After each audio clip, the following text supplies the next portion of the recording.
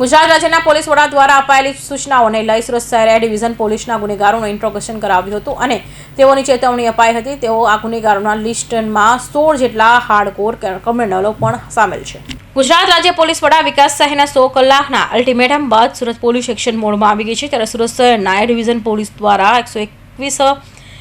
ક્રિમિનલોનું list તૈયાર કર્યું છે। એ ડિવિઝનમાં આવતા પોલીસ મથકો ક્રિમિનલો ઇન્ટ્રોગેશન કરાયું હતું, જેમાં ઉચ્ચ અધિકારીઓ સાથે તમામ પીઆઈ પણ હાજર રહ્યા હતા। રાજ્ય પોલીસ વડાની અસામાજિક તત્વોની યાદીની સૂચના બાદ સુરત પોલીસ પણ અસામાજિક તત્વોનું લિસ્ટ તૈયાર કર્યું હતું,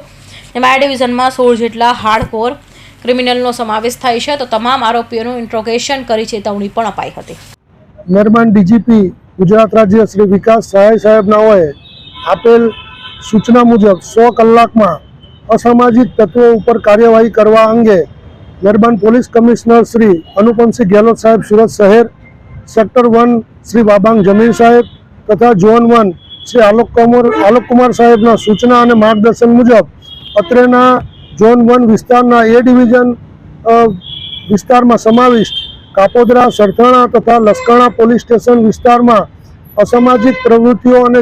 જેની ઓળખ અસામાજિક તત્વો તરીકે થયેલ છે તેવા કુલ 121 વ્યક્તિઓને પોસ્ટે બોલાવી અને તેમાં પણ ખાસ કરીને મિલકત સંબંધી અને શરીર સંબંધી ગુનાઓના આરોપીઓની એક ઓળખ પરેડ અને ઇન્ટ્રોગેશનની કામગીરી કરવામાં આવેલ અને તેઓને સૂચના આપવામાં આવેલ છે કે તમે જે પણ કોઈ કાર્ય કરી રહ્યા છો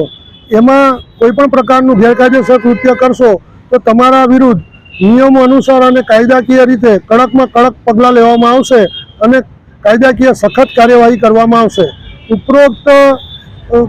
જે ઓળખ પરેડ અને ઇન્ટ્રોગેશન પરેડ રાખવામાં આવે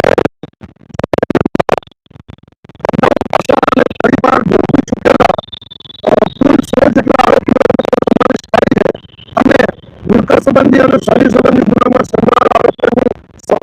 સમાવેશ કરવામાં આવેલ છે અને આ કાર્યવાહી સુરત શહેર દ્વારા રોજે રોજ કરવામાં આવનાર છે અને અસામાજિક પ્રવૃત્તિ ઘટાડવા માટે મહેરબાન ડીજીપી સાહેબનાઓ દ્વારા જે સૂચના આપવામાં આવેલ છે તેનું કડકમાં કડક પાલન કરવામાં આવી રહેલ છે।